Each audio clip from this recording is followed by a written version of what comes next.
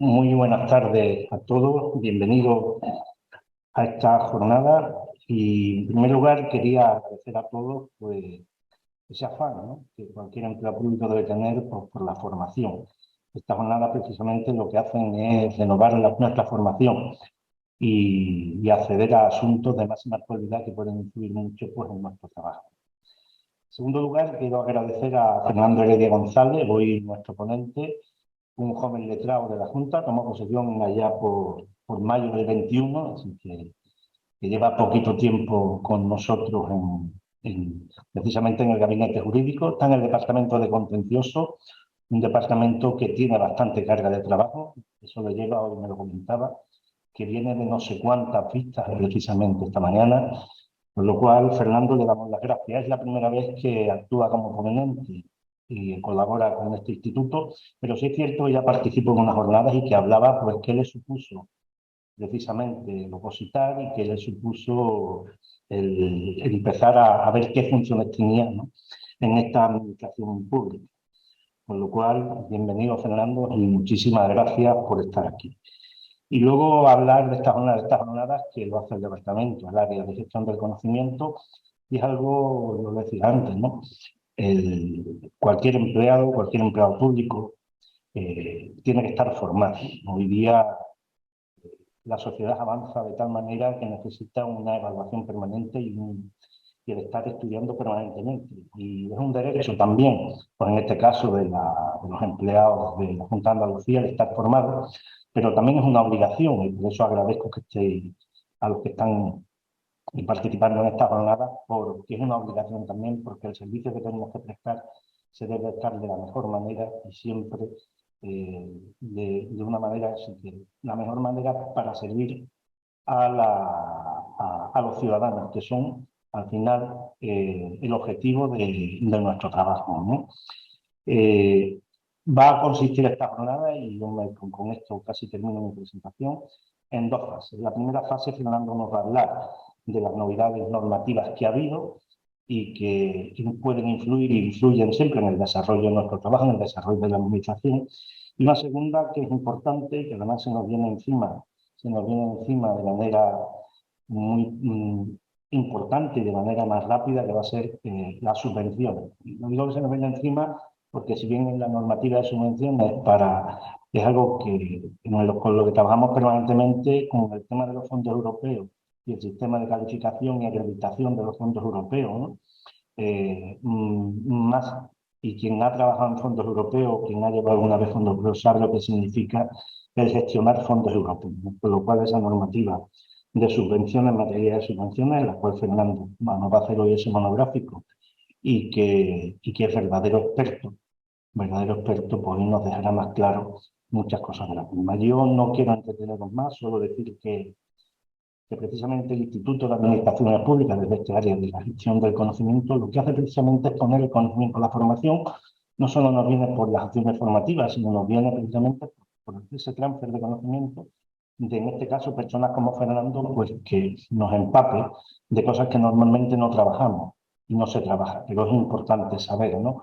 Este transfer, este necesario pasar el conocimiento de unos a otros con diferentes herramientas. En el instituto, si alguno está interesado, yo sé que muchos trabajáis con nosotros, pues en el catálogo de servicio viene, os ofrecemos que participéis muchas veces en este tipo de actividades que lleva el instituto y que tiene precisamente este área de gestión del conocimiento. Sin más, muchísimas gracias, Fernando, a todos, repetir las gracias, a todo el equipo de IAC, que hace posible esto, también darle las gracias por su trabajo diario. Y Fernando, tuya es la palabra. Muchas gracias, José, por la presentación. Aprovecho además para agradecer también tanto a los responsables del IAP como al área de coordinación de gabinete jurídico la oportunidad de participar en esta jornada de actualización. Efectivamente, es la primera vez que me encargo de este tipo de cuestiones, así que vamos a proceder a ello. Efectivamente, la división de la exposición va a producirse en dos partes. Una primera de actualización jurídica en la que será un poco más sucinto, teniendo en cuenta que las normas que se han dictado quizá no tengan una relevancia práctica tan evidente.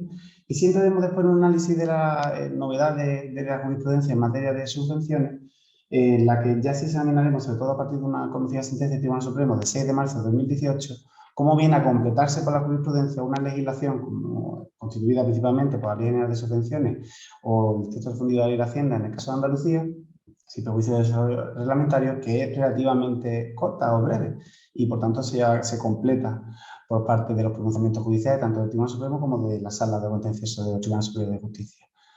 Atendiendo entonces en primer lugar a lo que se refiere a esta última novedad legislativa, como decía, esta es una pequeña recopilación de las últimas leyes o últimas normas promulgadas a partir de junio, teniendo en cuenta además la fecha de la anterior jornada de actualización, así que me aprovecharé únicamente para señalar aquellos aspectos más relevantes.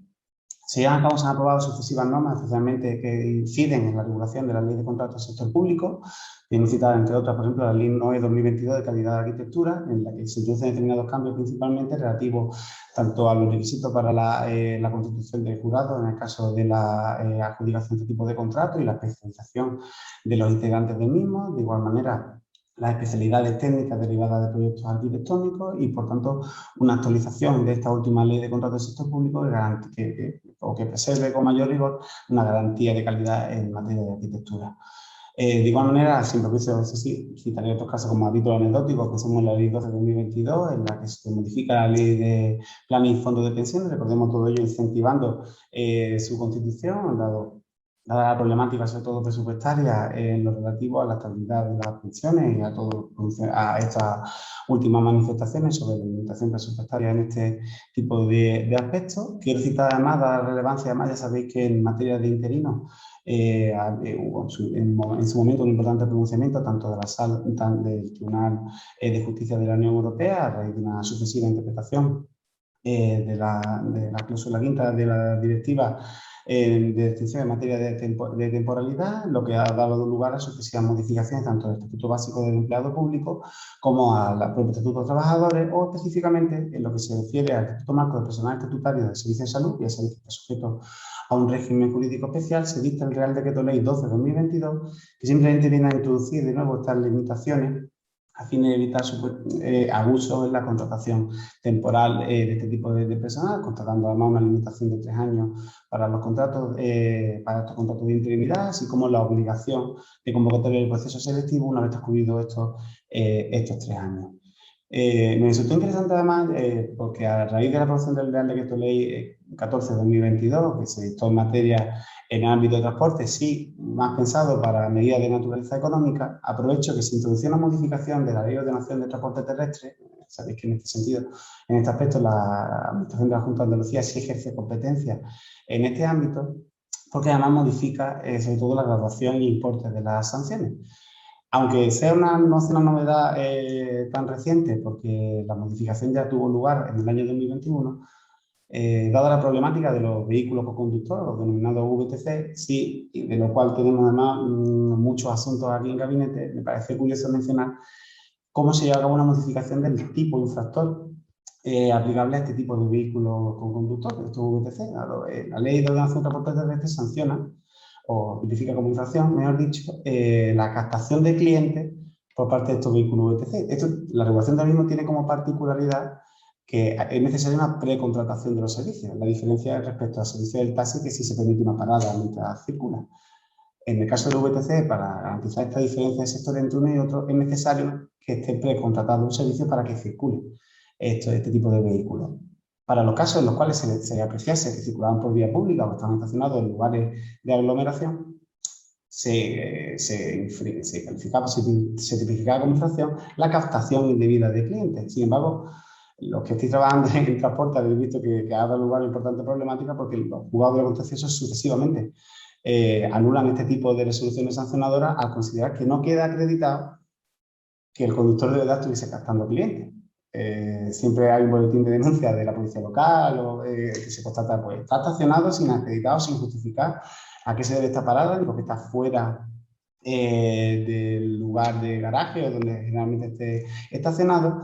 y por tanto se entiende que está captando clientes hasta una zona de gran tránsito. Sin embargo, se viene anulando por la presunción de no responsabilidad administrativa que recoge además como derecho de interesado en el artículo 53 de la Ley 9 de 2015 y para evitar o para definir en mejores términos cuando se entiende que hay una captación de clientes, se ha introducido o se introdujo una modificación en la Ley de Ordenación de Transporte Terrestre donde pasan a definirse ciertas actitudes de las que se podía inferir que se estaba captando clientes. Y la más relevante, que estamos a la espera además de ver cómo es acogida por los pronunciamientos, es que se entiende que si hay un vehículo, un VTC circulando, o que se encuentre fuera del establecimiento donde generalmente está aparcado, sin que acredite que previamente se le ha contratado un servicio, ya se viene a estimar que se trata de una actitud de captación de clientes y ello da lugar a la imposición de las sanciones correspondientes.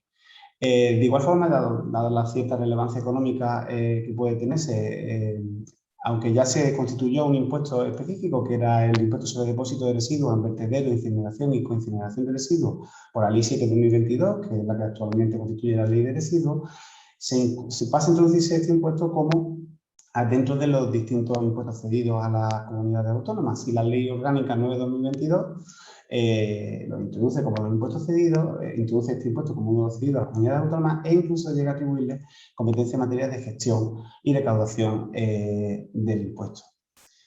De igual forma, en lo relativo a de nuevo, recordando nada más que en materia de incendios forestales también se reconoce la competencia autonómica, se introdujo una importante modificación por Real Decreto Ley 15/2022 de la Ley de Montes, la Ley 43/2003, donde se establecían distintas medidas de control para el caso de que, apreciadas o analizadas los cambios meteorológicos de los que pudiera deducirse la posibilidad o el alto riesgo de incendios, que se adopten las medidas de prevención adecuadas por parte de las administraciones autonómicas. Se trata simplemente del establecimiento de una serie de sistemas de control y de prevención en estos cambios meteorológicos que permitan una anticipación para este tipo de situaciones y una mayor prevención de los mismos. De igual forma, para el caso de aquellos que presten servicio en la Consejería en materia de igualdad, ya conocí que se dictó la Ley Orgánica 10/2022 de garantía integral de la libertad sexual. En este caso, además, aunque lo que trascendió principalmente la conocida como ley del no es no, sí introduce importantes modificaciones, como, sobre todo como políticas activas en el sentido de introducir esta garantía de la libertad sexual en ámbitos como el educativo o en la propia actuación de las administraciones públicas, garantizándose así el mayor conocimiento y respeto de este principio configurador, podría decirse, del ordenamiento jurídico, todo ello sin perjuicio de las sucesivas modificaciones que supuso el Código Penal, que ciertamente aquí sí puede tener una menor incidencia. De igual forma, aquí también queda un poco más a título anecdótico, pero sobre todo pensando en los opositores, la Ley 11/2022 General de Telecomunicaciones modificó la Ley 39/2015, sobre todo en el aspecto de aquellos sistemas tanto de identificación y firma, se modificaba la letra C de los artículos 9 y 10, y simplemente introducía otro sistema de acreditación de esta personalidad y de sistema de firma, siempre cuando fuese aprobado por el órgano competente. Tengo por aquí también, que también me pareció relevante. También igualmente ciertas modificaciones que tuvieron lugar en la Ley de la Jurisdicción de la Contenciosa Administrativa, sobre todo a través de la Ley 18/2022 de creación y crecimiento de empresas, que ciertamente sí está previsto para un procedimiento, para uno de los procesos especiales que regula esta Ley de la Jurisdicción, introduciendo modificaciones en los artículos 127 bis del siguiente. Pero quizás lo más, como modificación sustantiva más relevante en materia de la Ley 29, simplemente porque introduce además un apartado nuevo en el artículo 77 que versa sobre los medios de prueba en el ámbito del procedimiento administrativo. Debemos citar la Ley 15/2022 de 12 de julio integral para la igualdad de trato y la no discriminación, que también establece ciertas medidas de política activa, como decimos, siempre aspirando que en el ámbito educativo y cualquiera de ejercicio de competencias por parte de las administraciones públicas se garantice y preserve este derecho fundamental a la igualdad, pero fundamentalmente modifica tanto la Ley 39/2015 como la Ley de la Jurisdicción Contenciosa Administrativa, introduciendo en primer lugar que para los casos en los que se alegue por el interesado en el procedimiento o por el recurrente en sede contenciosa administrativa que una determinada actividad ha podido ser constitutiva de discriminación, es necesario que la parte demandada acredite tanto la proporcionalidad como la adecuación de la medida adoptada y que por tanto esto no resulta discriminatoria, lo que viene a suponer en realidad una cierta inversión de la carga de la prueba. Ya sabéis que en el caso además de las administraciones, aunque el artículo 77 de la ley 39 se determina que cada parte debe acreditar los elementos de prueba pertinentes, sí se establece una presunción de la que nos valemos en los procedimientos administrativos, como es la de la recogida en el apartado quinto del artículo 77, respecto a aquellas actas o documentos formalizados por funcionarios o aquellos que tengan la condición de autoridad, lo que establece una presunción iuris tantum que sí debe ser desvirtuada por parte de los interesados. Sin embargo, para estos casos de discriminación, al igual que ocurre, por ejemplo, en los casos de acoso y otros análogos, la ley lo que establece es una inversión de la carga aprobatoria. Será la administración la que debe acreditar que no se trata de un supuesto de discriminación, sino que la medida es debidamente proporcionada. Esta misma ley también introduce un cambio idéntico al que acabo de exponer, pero en el ámbito de la ley de la jurisdicción contencioso administrativa, concretamente en el artículo 60 de esta misma norma. He dejado para el final, y antes de entrar propiamente en el tema de la asociación de los convenios provinciales de las subvenciones, la ley, la nueva modificación de la ley concursal. Esta última, además, recordemos, aunque ya supuso que la anterior ley concursal de ley 22/2009 fuese derogada por el Real Decreto Legislativo 1 del año 2020, esta ha sufrido sucesivas modificaciones, sobre todo aspirando a garantizar una continuidad en la actividad de las empresas y evitar incluso la declaración de concurso, o al menos que se garantizase la satisfacción de un máximo, la mayor cantidad posible de crédito y sobre todo la continuidad de previdencia de la empresa. Todo ello, lógicamente, a fin de mantener tanto los ingresos que derivan de este tipo de actividad económica como el alta de los trabajadores y las restantes situaciones beneficiosas que resultan de la persistencia o la permanencia de una entidad empresarial. Como decimos, recientemente este último Real Decreto Legislativo ha sido modificado por Ley 16/2022 de 5 de septiembre, en la cual se introducen una serie de modificaciones que paso esquemáticamente a exponer. En primer lugar, se vuelve a introducir y reforzar la regulación de los planes de reestructuración como fase previa a concurso. Podemos que la ley concursal establece, una vez apreciada la existencia de una insolvencia actual o inminente, si deberá solicitarse por la propia entidad que pretende concurso o por alguno de los acreedores la declaración concursal, y ello da lugar a la apertura de una fase común que puede concluir posteriormente con fase de convenio o fase de liquidación. Esta última ya implicando la extinción de la empresa. Sin embargo, para no llegar a las nuevas modificaciones de la ley concursal, lo que pretenden es evitar llegar a esta fase y garantizar la permanencia de la empresa, incluso que se satisfagan íntegramente los créditos. Se establece la posibilidad de que con carácter previo se negocien planes de reestructuración. Esto sí se introducirá una novedad importante que en cuanto a la afectación limitada a los créditos públicos de estos planes de reestructuración, en cuanto a la posibilidad de que no se establezcan quitas o aplazamientos o fraccionamientos, y concretamente determina que en el caso de los créditos públicos estos deben ser íntegramente satisfechos en distintos plazos, bien en 12 meses a partir de la autohomologación del plan, una vez que el plan de reestructuración es aprobado judicialmente, o en 6 o 18 meses respectivamente, en función de las circunstancias que concurran. Y sobre todo, el límite máximo de 18 meses desde la comunicación de una apertura de negociaciones, desde que se propone por el concursado, o mejor dicho, por la empresa, la negociación para alcanzar este plan de reestructuración. También se introducen modificaciones en lo relativo a las acciones de rescisión, lo que pretenden es dejar sin efecto distintas operaciones que se consideran perjudiciales para los bienes, por los posibles bienes integrantes del concurso y por tanto el patrimonio de la empresa, las cuales se extienden a los 2 años, claro, este tipo de acciones respecto a operaciones llevadas a cabo los 2 años anteriores a la declaración de concurso, pero también a los 2 años anteriores a la fecha de la comunicación de esta iniciación de las negociaciones para el plan de reestructuración. Así se pretende evitar distintas operaciones fraudulentas que pretenden un perjuicio para los acreedores.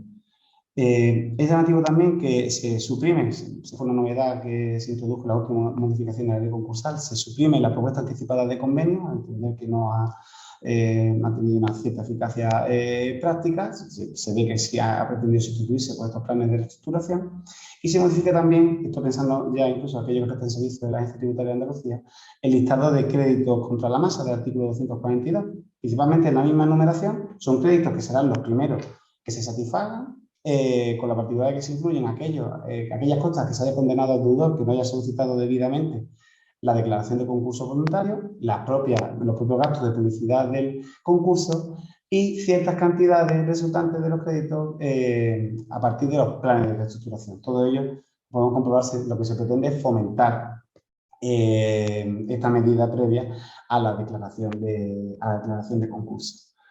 En lo relativo a las modificaciones que ha supuesto en materia en fase de convenio, sí se establece la posibilidad de modificación del convenio que haya sido debidamente aprobado. Si en los 2 años posteriores a su aprobación se comprueba que va a producirse un incumplimiento, lo que se pretende evitar, por tanto, que el incumplimiento dé lugar a que se inicie la liquidación y que concluya con la enajenación total de los bienes de la empresa y con la definitiva extinción de la misma. Podemos comprobar que esto es una reiteración constante. Lo que se pretende es que permanezca, que subsista la empresa o la entidad declarada en concurso. De igual forma, se establecen otras modificaciones en materia de liquidación, calificación y conclusión, que ciertamente quizás puedan tener menos relevancia práctica en el ámbito ya propio de la administración, salvando los casos que puedan examinarse, determinando, por ejemplo, que los créditos que se den durante la fase de cumplimiento de convenio tienen la acusación de créditos concursales, dando así que los nuevos créditos que vayan haciendo sean considerados créditos contra la masa, garantizando así o asegurando que se proceda a su clasificación conforme a los créditos privilegiados, ordinarios, o bien los créditos ordinarios o créditos subordinados, de manera regular, a los créditos que se hubiesen devengado con anterioridad a la declaración de concurso. Como última particularidad, se incorpora como causa de conclusión la fusión, absorción o escisión total de la sociedad concursada, lo que pretende, por tanto, es que una de estas unidades productivas puedan integrarse en otras entidades que sí sean solventes y que con ello se satisfagan los créditos una vez suscritos los acuerdos correspondientes y de acuerdo con su defecto, de acuerdo con el orden establecido en la ley concursal en función de la concreta clasificación del crédito y que con ello tenga lugar la conclusión del concurso. Con ello creo yo que quedan más o menos expuestas las últimas novedades legislativas, como decimos, desde junio de este año. Por ello, pasamos a examinar, pasamos a poner el contenido de la ponencia específica, que son aquellas novedades jurisprudenciales en materia de subvenciones. En este aspecto ya os adelantaba que la Ley General de Subvenciones y incluso la regulación autonómica es relativamente sucinta. No entra a examinar unas cuestiones que sí han sido dirimidas por los tribunales de justicia. Sí quiero aprovechar un momento, porque me pareció curioso, para leer, que lo tengo por aquí preparado. No vamos a entrar en el concepto de la subvención, ya sabéis que en lo relativo que se trata de una disposición dineraria realizada sin contraprestación, a fin de que esté sujeta a un determinado cumplimiento de un determinado objetivo, a la realización de una actividad o a la concurrencia de una situación que ha sido previamente definida por la Administración y que se considera de utilidad pública o de interés social. Precisamente la disposición de estos fondos exige el cumplimiento estricto de las condiciones para las cuales se otorgaron, tanto relativo a los aspectos formales como se refiere a la necesaria justificación y a que la misma se lleve a cabo con los requisitos previstos en las bases reguladoras, como lo relativo al propio contenido de fondo del mismo de actividad, es decir, que se dé cumplimiento estricto a la actividad para la cual se concede esta subvención. Si examinamos la regulación de la Ley General de Subvenciones en materia de lo que se refiere a la naturaleza jurídica de la justificación que lleva a cabo el beneficiario de la subvención, así como a las actividades administrativas que tienen lugar con posterioridad, no se contiene un desarrollo específico en la Ley General de Subvenciones, únicamente contiene una mención del artículo 32, que os leo brevemente porque literalmente es una línea, que determina que el órgano competente comprobará la adecuada justificación de la subvención, así como la realización de la actividad y el cumplimiento de la finalidad que determine la concesión o disfrute de la subvención. Eso tiene un cierto desarrollo reglamentario, pero de este pequeño precepto y de algunas menciones específicas, como 34, que exige la previa justificación a fin de que con posterioridad se lleve a efecto el pago, de estos dos pequeños preceptos, el Tribunal Supremo y sucesivamente los Tribunales Superiores de Justicia han inducido casi una nueva Ley General de Subvenciones en cuanto a cuál debe ser la actividad administrativa que derive de la justificación del interesado, si está vinculado o no a la administración a efectos de un posterior reintegro, qué límites temporales hay para la comprobación. Prácticamente es una nueva regulación, casi podría decirse extralegal. En el caso no la contradice, pero sí desarrolla estas previsiones. De hecho, ya luego pondré de manifiesto que llegó a suponer una modificación de la Ley de Hacienda, a fin de reconocer límites temporales para la comprobación formal de subvenciones. Como decíamos, vamos a partir para la exposición de esta cuestión de la sentencia del Tribunal Supremo del 6 de marzo de 2018, la que ha sido seguida con posterioridad por el propio Tribunal Supremo y por el Tribunal Superior de Justicia, y vamos a dividir la cuestión en varias partes. De un lado, la propia naturaleza jurídica del acto de presentación de la justificación por parte del beneficiario de la subvención, es decir, nos encontramos en una subvención que ha sido debidamente convocada, ha sido concedida a un beneficiario, se ha establecido una actividad concreta a la que debe quedar vinculada y cuyo cumplimiento estricto determinará que con posterioridad se perciba ya la cantidad concedida, y que el beneficiario, una vez concluida esa actividad, proceda a justificar documentalmente a la Administración en la realización o el cumplimiento de la misma. Entonces, ¿qué naturaleza jurídica tiene esta actividad? De otro lado, la doble naturaleza de la comprobación formal de la justificación por parte de la Administración y la comprobación material de la efectividad o de la realidad de cumplimiento de la actividad subvencionada.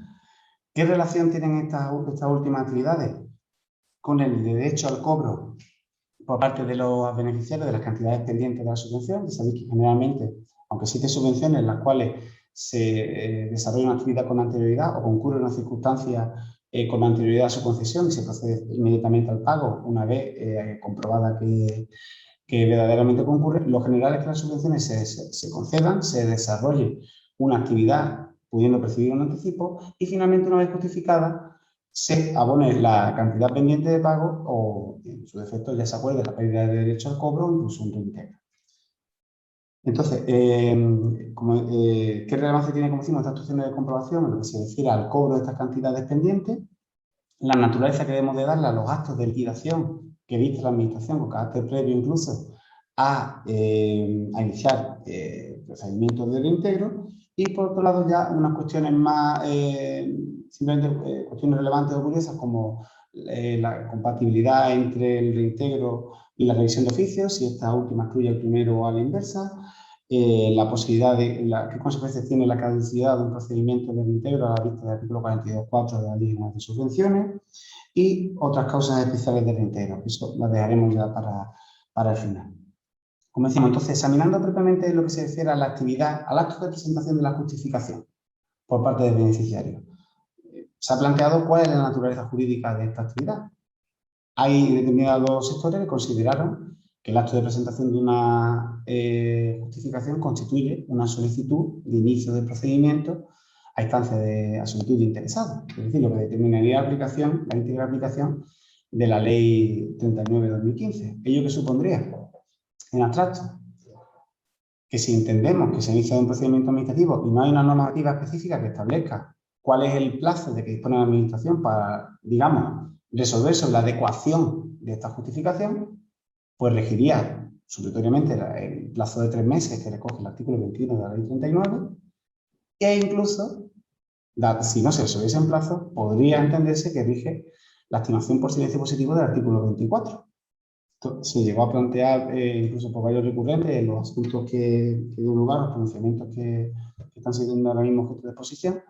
Ello a pesar de que, ya dejo aquí señalado, nosotros disponemos de la Ley de Silencio Administrativo en el ámbito de la Administración de la Junta de Andalucía, que determina expresamente en el artículo 2, en el caso de en materia de subvenciones, el sentido de silencio es desestimatorio, lo que vendría, por tanto, lo que impediría, por tanto, que se considerasen estimadas cualquiera pretensiones o cualquier solicitudes relativas a subvenciones simplemente por el transcurso del plazo máximo para resolver.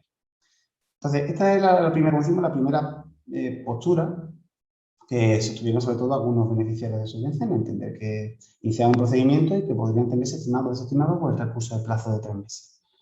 Sin embargo, la sentencia que venimos citando pasa a calificar este acto de justificación como una actuación debida del beneficiario, sin mayor concreción. Entonces, sí es necesario vamos a entrar a examinar el por qué el Tribunal Supremo califica esta actividad de este modo.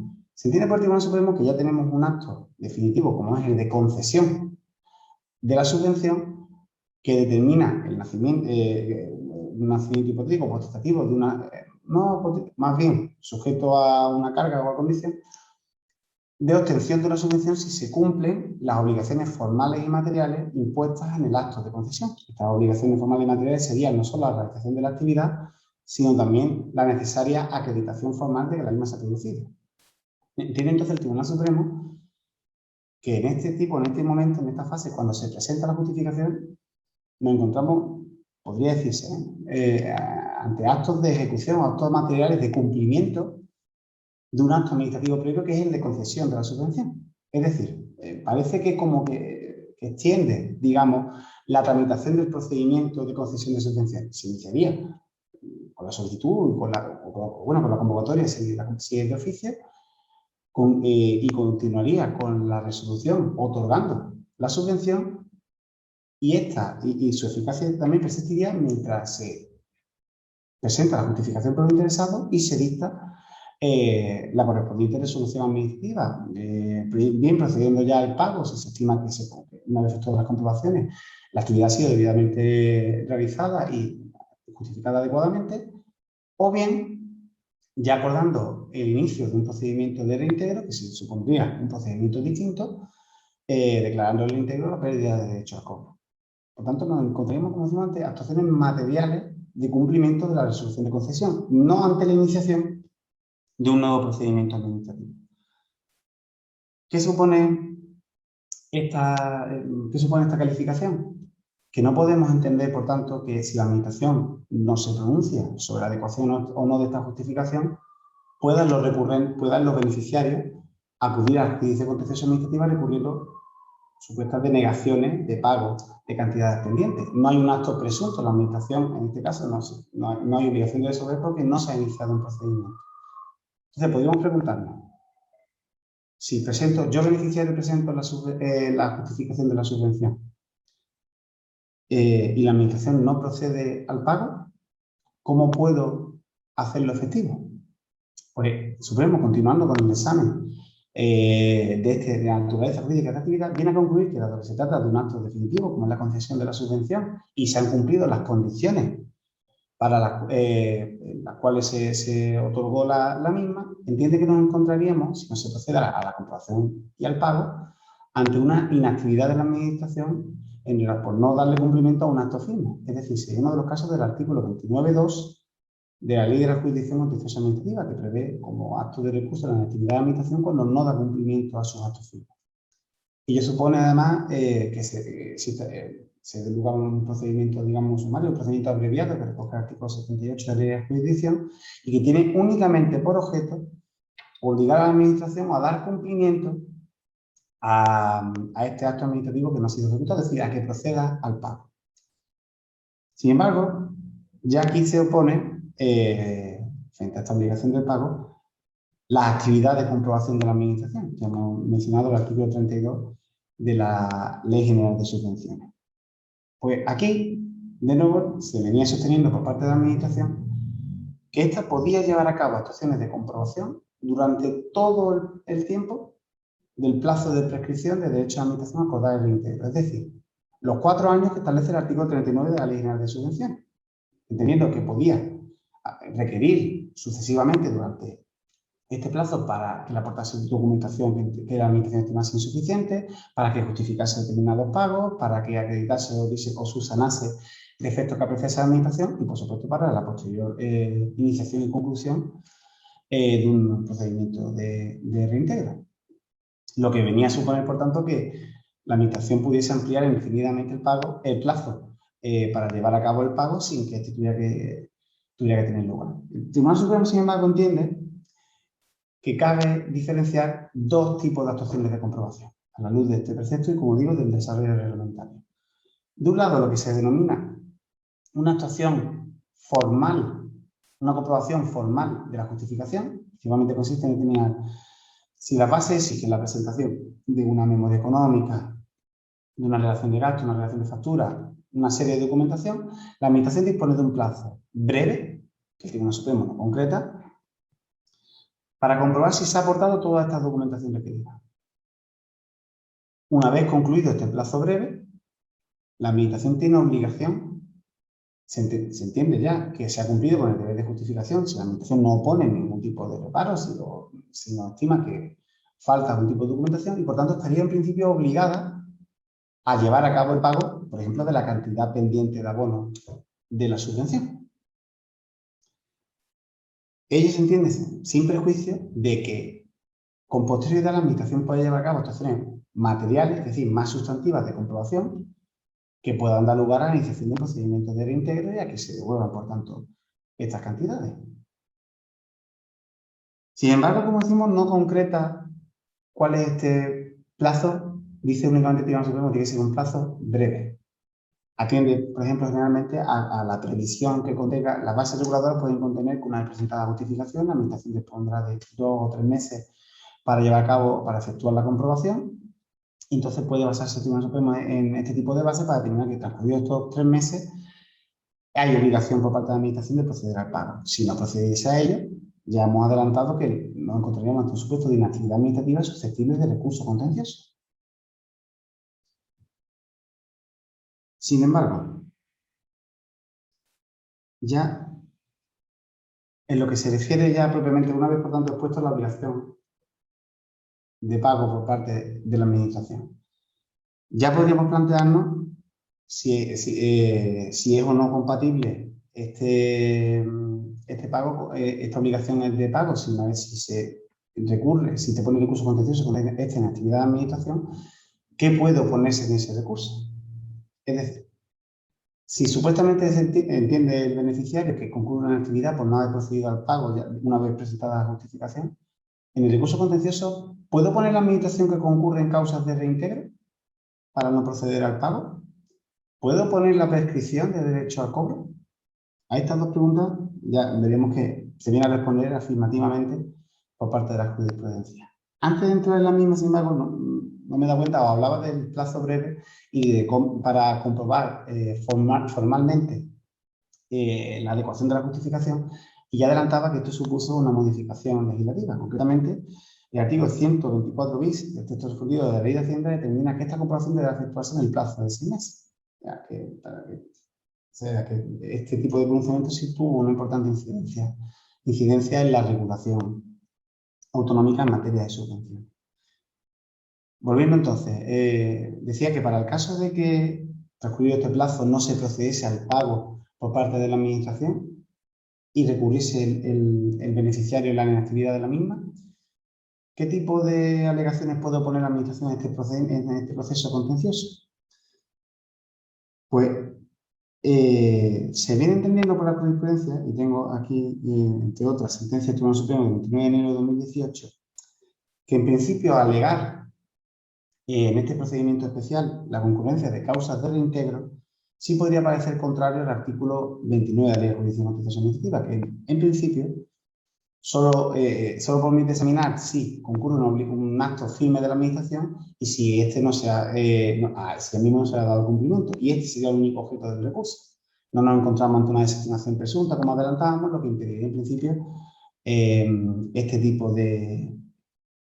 tipo de alegaciones, como la concurrencia de causas de reintegro. Sin embargo, sí ha sido objeto de sucesivas matizaciones.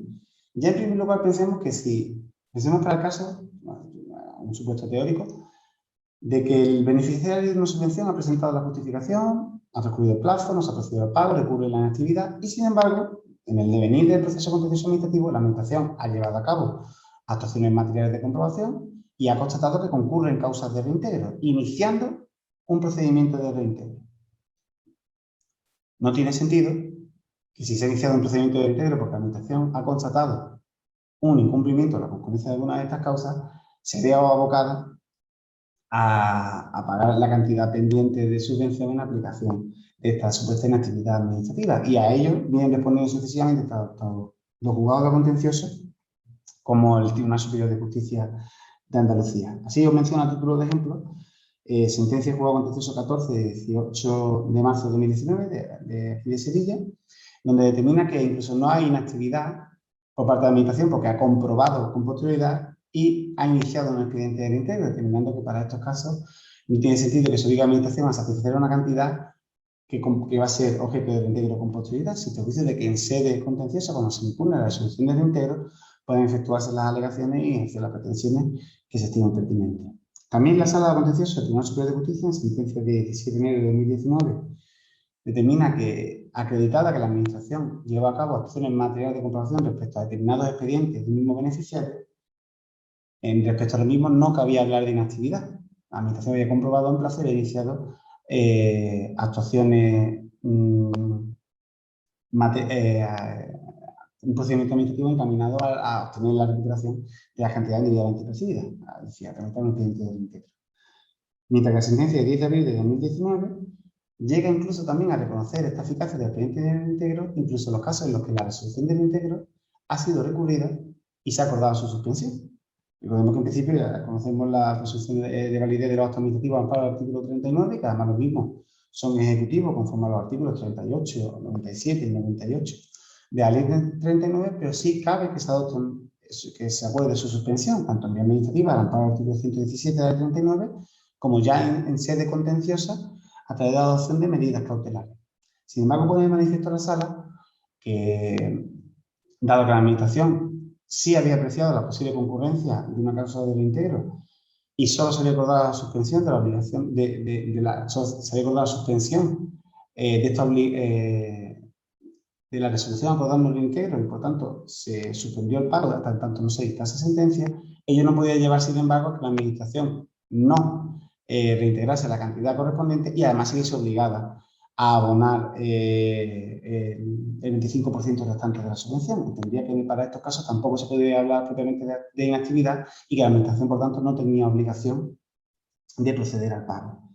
Pero es más, si examinamos la propia Ley General de Subvenciones, que además, aquellos que además que trabajáis con ellos, habréis comprobado que el artículo 35 de la misma establece la posibilidad de adopción de medidas provisionales, principalmente la suspensión de pago. Es una manifestación específica de las medidas provisionales que recoge el artículo 56 de la ley 39, dentro de una legislación especial, y que permite que mientras se tramite un procedimiento administrativo se adopten las medidas pertinentes en garantía de los intereses públicos y sobre todo que preserven la eficacia de la resolución definitiva que se dicte. De modo que ya la propia Ley General de Subvenciones prevé la posibilidad de que se adopten medidas de suspensión. No tiene sentido, desde luego, que no pueda ponerse en sede contenciosa si ya se ha iniciado un expediente de reintegro. Pero también decíamos que podría oponerse la posible prescripción de derecho al cobro del beneficiario de la subvención.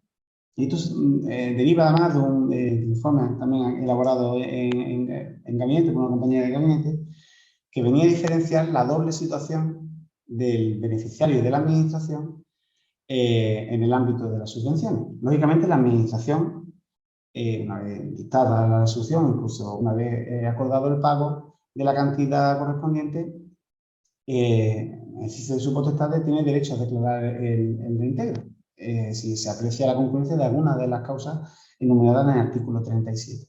Este derecho ciertamente, ciertamente prescribe por el transcurso del plazo de 4 años previsto en el artículo 39 y el transcurso implica la extinción y que la Administración no pueda, por tanto, obtener la devolución de las cantidades percibidas. Como contrapartida, el beneficiario de una subvención tiene derecho a cobrarla. Nos encontramos ante una situación jurídica oponible a la Administración. Ahora bien, ¿puede entenderse que este derecho por parte del beneficiario no está sujeto a plazo alguno de prescripción? Pues se viene entendiendo en este caso que regiría el plazo de 4 años, de prescripción de 4 años que prevé el artículo 30 de la Ley de Hacienda de Andalucía. Que aunque recordemos que la Ley de Hacienda en este primer título diferencia entre los recursos de la Administración y las obligaciones de la Administración. Estas obligaciones en realidad son el contrapunto a los derechos de los particulares que pueden oponerse a la Administración. Pues estas obligaciones prescriben por el transcurso de 4 años. Es decir, el derecho del particular exigido prescribe por el transcurso de este plazo. Esto tiene además ciertas particularidades porque podríamos plantearnos desde qué fecha se cuenta este plazo de prescripción. Pues se viene entendiendo por la jurisprudencia de nuevo que el nacimiento propiamente del derecho del beneficiario a obtener el cobro tiene lugar con la presentación de la justificación. Y todo esto es una consecuencia de la primera sentencia que hemos expuesto, que es la de 6 de marzo de 2018. Si el Tribunal Supremo entiende que la concesión de subvención es un acto ya definitivo y que por tanto debe darse de cumplimiento y que si de hecho la Administración no comprueba la justificación formal, cuando comprueba formalmente la justificación dentro del plazo previsto en la base reguladora o supletoriamente en la normativa específica, tiene obligación de efectuar el pago. Se entiende que es exigible desde ese mismo momento en el que se presenta la justificación. Por tanto, el cómputo del plazo de 4 años se inicia en ese momento. Nos podemos plantear en qué casos se interrumpe este plazo de prescripción. Para estos supuestos, el mismo artículo 30 de la Ley de Hacienda determina que se efectuará con remisión a normas del Código Civil al respecto. En este caso estaría constituido por el artículo 1973 del Código Civil, que establece como causa de suspensión la reclamación judicial o extrajudicial o cualquier actuación de reconocimiento por parte del deudor. Es decir, sería por solicitud de efectuada en vía administrativa o la interposición de recursos contenciosos reclamando el pago o por cualquier actuación de la administración encaminada a satisfacer la cantidad. Vi recientemente, por ejemplo, un caso en el que se le requería al beneficiario para que le identificase un número de cuenta. Eso es un reconocimiento por la administración de dicha deuda y una voluntad de efectuar el pago. Esa actividad tiene efecto interruptivo. No obstante, si no se interrumpe y transcurre el plazo de 4 años sin que se reclame el pago por el interesado ni que se proceda al pago por la administración, se produce la prescripción de su derecho a obtener dicho cobro. Y así lo vienen también entendiendo la Sala Contenciosa del Tribunal Superior de Justicia, Consejo de Sevilla, en sentencia de 1 de diciembre de 2021, lo que viene a acreditar, por tanto, esta diferencia de postura entre la administración y los beneficiarios. Es más, podemos entender que las actuaciones de la administración encaminadas a reconocer o a declarar el reintegro no tendrían efectos interruptivos. No concurre ninguna de las... No sería incardinable ninguna de las causas de interrupción que hemos expuesto del artículo 1973 del Código Civil. Desde luego, el reintegro no es una voluntad de reconocer una deuda y de proceder a su pago, es más bien lo contrario. Por tanto, se entiende también que estas actividades, lo digo porque es muy común que prescriba el derecho a administración a declarar el reintegro y que posteriormente, al pretenderse por los beneficiarios reclamar el pago de la cantidad pendiente, se declare la pérdida de derecho a cobro por prescripción, entendiendo además que esas actividades administrativas encaminadas a obtener el reintegro no tienen efectos interruptivos respecto a este derecho del beneficiario. De modo que, fijaos hasta dónde sería, qué posibilidades de defensa existen para este tipo de reclamaciones. Con esto quedaría un poco expuesto ya en primer lugar este cambio jurisprudencial, como decimos, en cuanto a la comprobación formal y material de la administración y la obligación de proceder a satisfacer las cantidades pendientes de pago. Sin embargo, vamos a pasar a examinar qué naturaleza o cómo debemos calificar, qué naturaleza jurídica tienen las actuaciones de liquidación que existe en la administración. Es decir, existe esta obligación de justificación, por parte del beneficiario y la administración debe comprobar formal y materialmente la realidad de la actividad subvencionada y la adecuación y corrección de la justificación del mismo. Y puede dictar una determinada resolución o acto administrativo.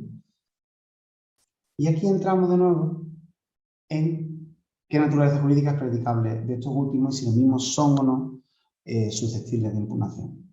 Lo cual nos plantea además ciertos problemas, sobre todo a efectos de resoluciones o actos administrativos que simplemente pongan de manifiesto, sean más bien constancia, que pongan en constancia de que la justificación ha sido adecuada y que se ha comprobado formalmente la misma. Y podríamos cuestionar si estas impedirían posteriormente acordar o iniciar procedimientos de reintegro a entender que la administración ya ha dado el visto bueno a la justificación y que sería necesaria una revisión de oficio. Sin embargo, pasaremos a examinar. La actuación, sin embargo, de liquidación más común que nos encontramos es aquella en la que, comprobada la justificación del beneficiario, se hizo un acto de liquidación en el que se pone de manifiesto además qué tipo de reparos se han apreciado y qué cantidad es la que se entiende efectivamente justificada, señalando además generalmente tipo de resoluciones que tendrá lugar con posterioridad en la realización de un procedimiento administrativo de reintegro. Pues, de nuevo, venía examinándose cuál era la naturaleza jurídica de estos actos. Si eran actos definitivos susceptibles de recurso contencioso administrativo, además si agotaban la vía administrativa, si eran actos de trámite cualificado, entendiendo que establecen una conexión, una condición ineludible para la posterior iniciación de un procedimiento de reintegro, o si sencillamente se trata de actos de trámite no cualificados y que por tanto no son susceptibles de recurso.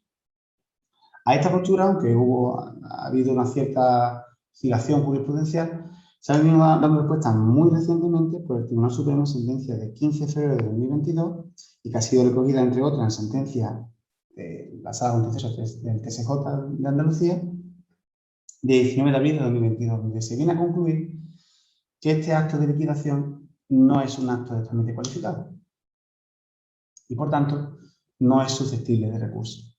Recordemos que tanto en vía administrativa como en sede contenciosa constituyen objeto de estos recursos los actos definitivos o los actos denominados de actos de trámite cualificado.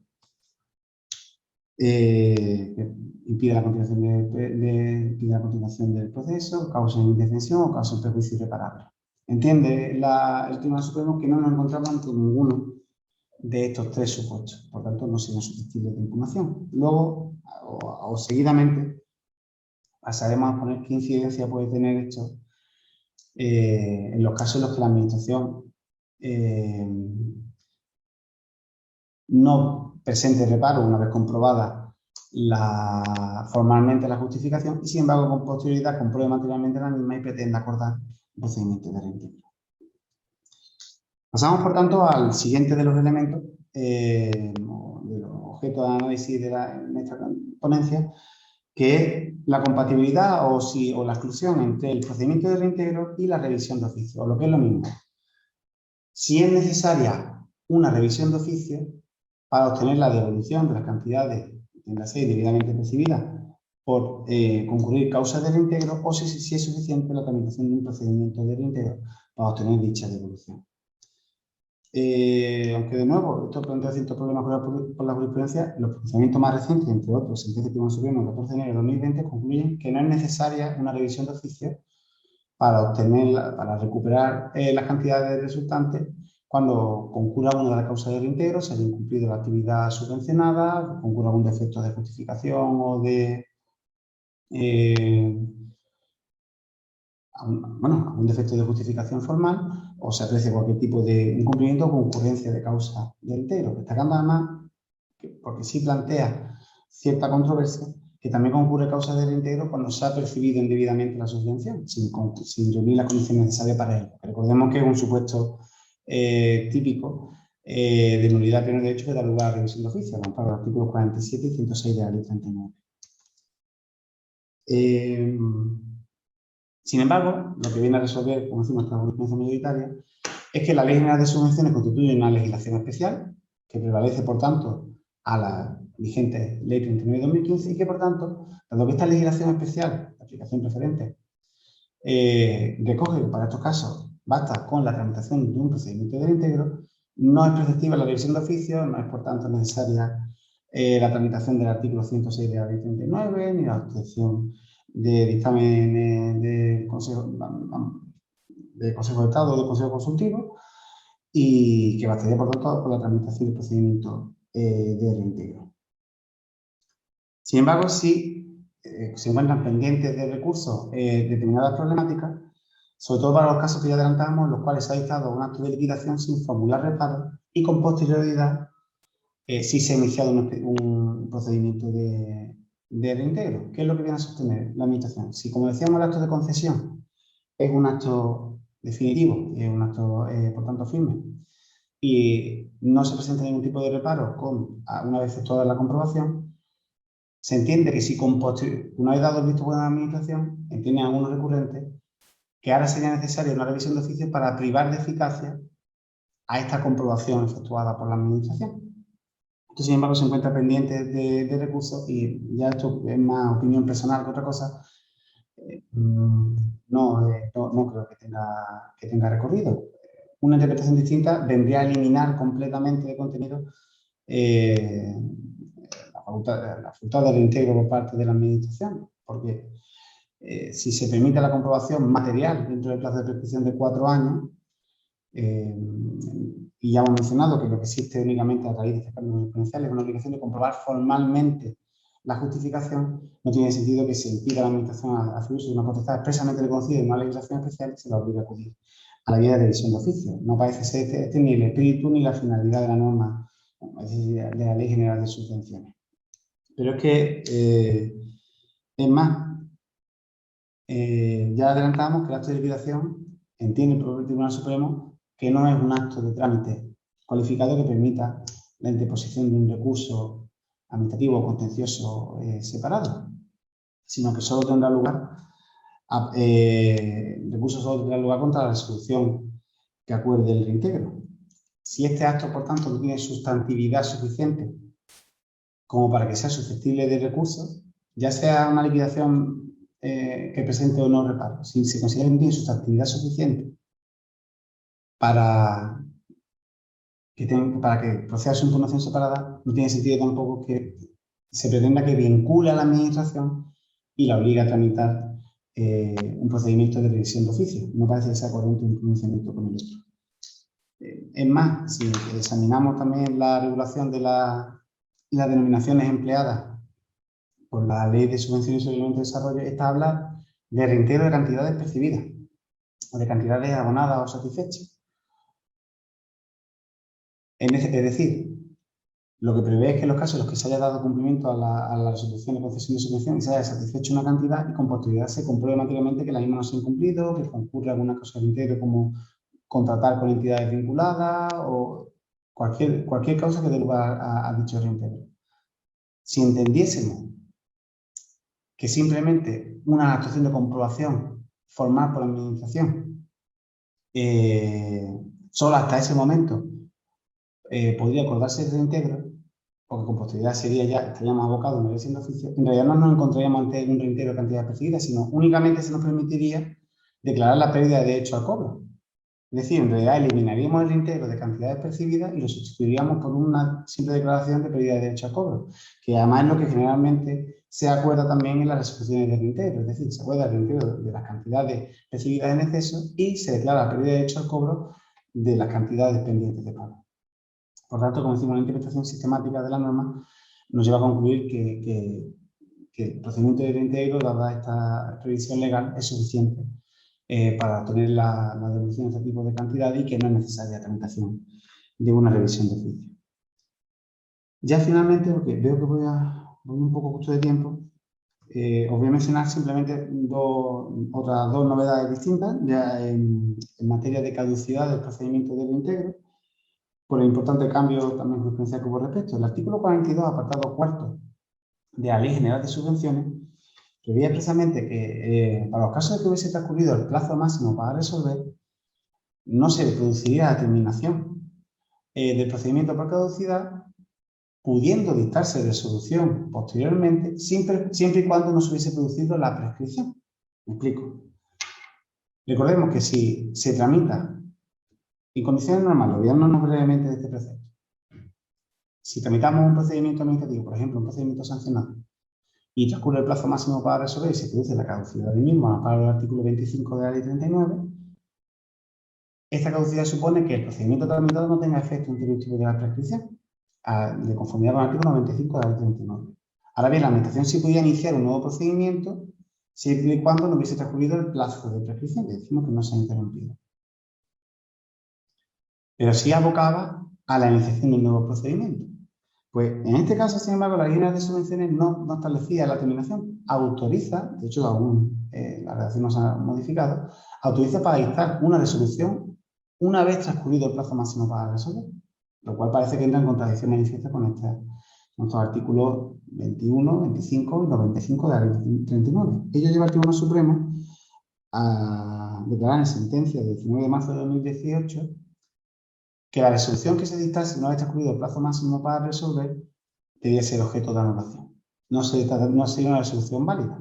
Se habría producido la terminación del procedimiento, de acuerdo con las normas con los artículos a los que acabo de hacer referencia, y lo que se autorizaría es la iniciación de un nuevo procedimiento de reintegro, siempre y cuando no haya transcurrido el plazo de prescripción de 4 años del artículo 39. pero aunque el artículo, este artículo 42 estableciese esta previsión expresa, es reinterpretado por el Tribunal Supremo. Y ya, por último, así, por otro lado, ya teniendo una de las causas especiales de reintegro, que hemos visto además a menudo y ha dado lugar a pronunciamientos, sobre todo, tengo conocimiento, es salas de contencioso de Sevilla y Granada. ¿Qué consecuencias tiene la contratación de determinada actividad subvencionada con personas o entidades vinculadas? El artículo 29 de la Ley General de Subvenciones exige, además de una limitación de importe, que sostenga la correspondiente autorización administrativa. Esto viene a exigir, por tanto, que antes de contratar con estas personas o entidades vinculadas es necesario comunicar a la Administración que ésta conceda esta autorización. Se venía alegando al contrario, si examinamos la propia redacción del precepto, que este artículo solo estaba previsto para los casos de subcontratación.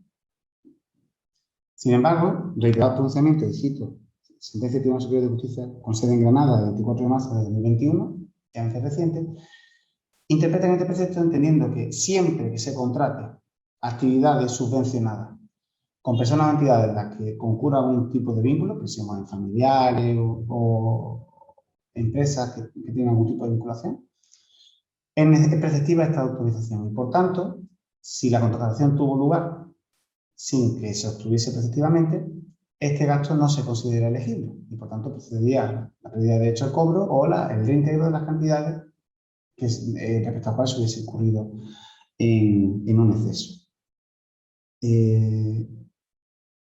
Y bueno, es simplemente eso, esa es la interpretación que se le da, es siempre que se trate de una contratación con personas y entidades vinculadas de una actividad que esté subvencionada. En los mismos términos, además, se concluye también cuando, por ejemplo, en el caso de Granada, cuando se arriendan locales o se hacen otro tipo de gastos. No pensemos solamente, por ejemplo, en contratar servicios, sino cuando se adquieren materiales o tipo de provisiones de personas o entidades vinculadas. Lo que se pretende, en definitiva, es garantizar un precio razonable y de mercado en este tipo de actividades y evitar, por tanto, un perjuicio para los fondos públicos, lo que justifica, por tanto, la preceptiva obtención de esta autorización. Y nada, creo que con esto queda, vamos, sí, por mi parte habría concluido con la exposición y quedo ahora a vuestra disposición para los turnos de preguntas. Creo, ¿eh? Salvo que no sé cómo voy de tiempo. Fernando, tenemos una petición para intervenir Sí, de una espectadora. Voy a activarle el micrófono. venga, Un perfecto. segundito. Me silencio yo un momento, ¿vale? Para que no se solapen y ya luego vuelvo a abrir. Vale.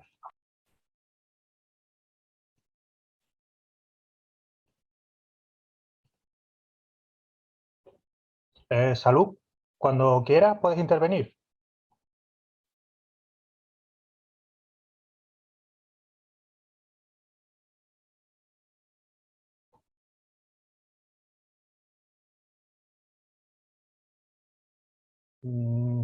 Nada.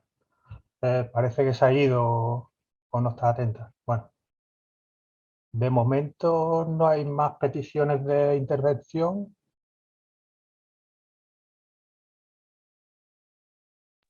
Sí, vamos, sí, incluso si en lugar de una duda propiamente dicha hay algún aspecto que lo haya expuesto, explicado demasiado rápido, alguna cuestión concreta, que simplemente la pregunta sea, por favor, puedes repetir otra vez esto, no me importa, ¿eh? No me cuesta ningún trabajo volver a explicar algún concepto que haya quedado más oscuro o cualquier otra cuestión, ¿no?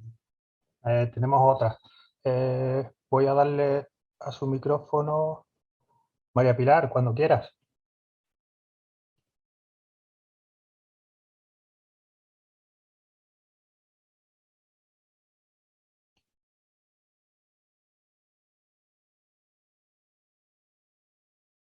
Pilar, solo activa el audio y puedes intervenir.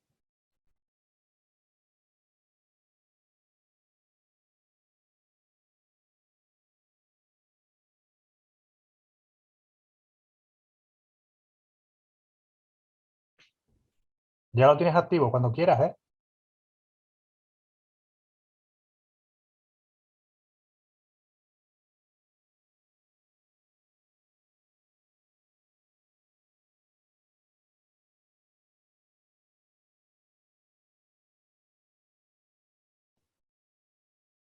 se ve que no.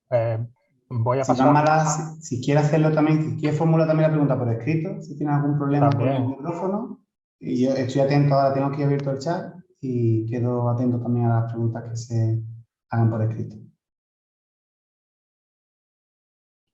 Paso a la siguiente, a ver si con esta hay suerte. Un segundito. Vale. Ana María, cuando quieras.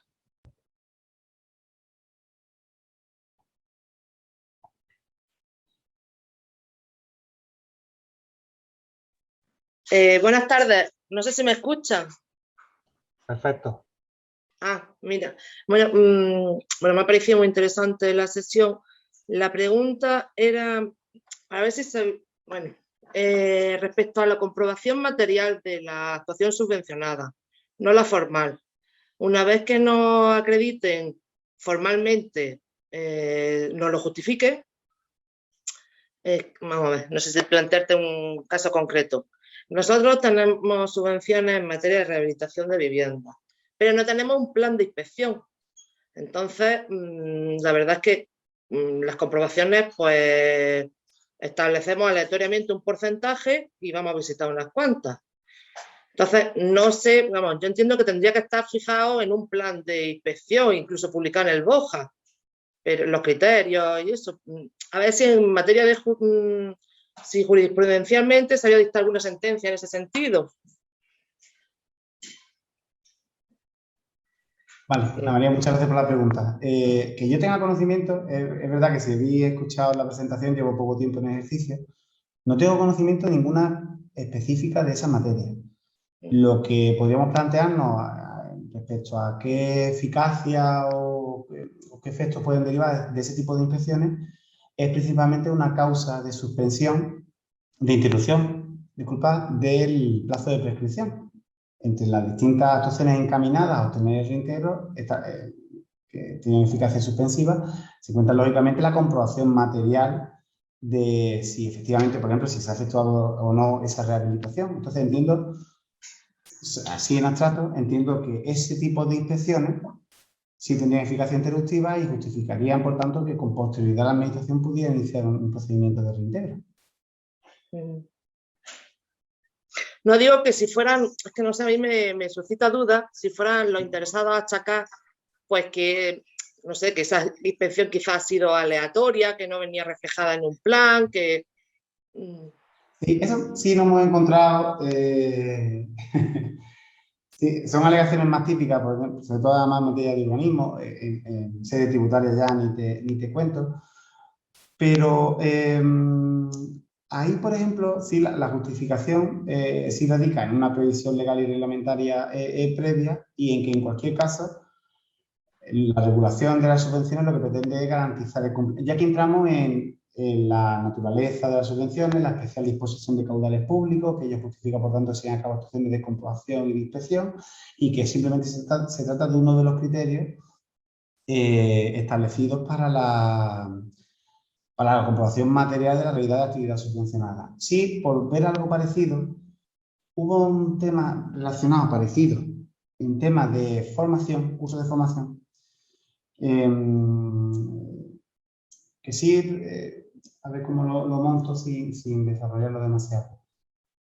Sí es necesario garantizar la participación de los interesados en la tramitación y aprobación de los actos de los que resultasen los criterios para llevar a cabo este tipo de inspecciones. Me explico, garantizando, por tanto, que responden a criterios debidamente motivados y todo que siempre relacionado con el derecho de defensa.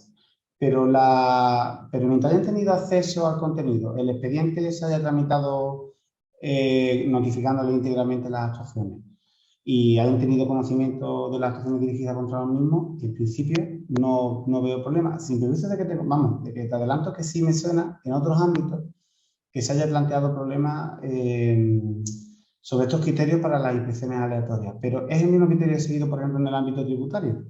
Simplemente se forman listas y se designan aleatoriamente qué obligados tributarios se van a efectuar las inspecciones y ello no obsta a la validez de las actuaciones administrativas que se han realizado con posterioridad. ¿Hay algunos límites? Cuando lo que se han realizado son... Espérate, tiene que aumentar el artículo.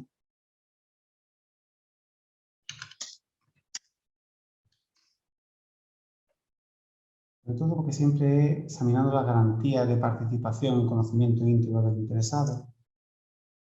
Cuando derivan de actuaciones de control financiero.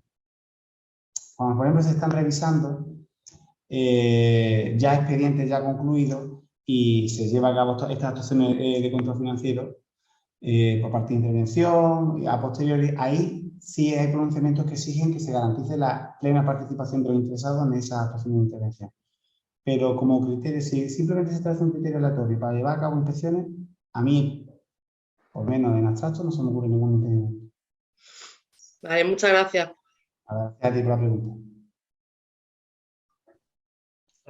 Hay otra pregunta más. Le doy paso a Paco López.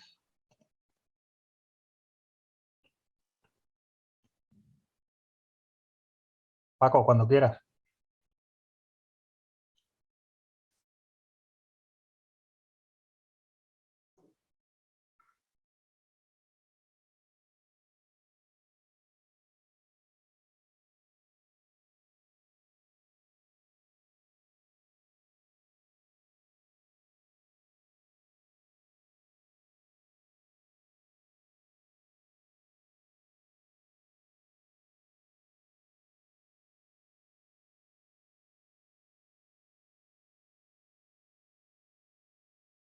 Vamos a pasar al siguiente mientras...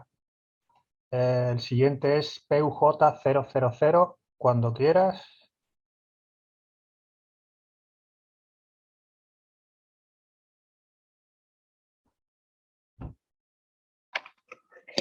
Vale.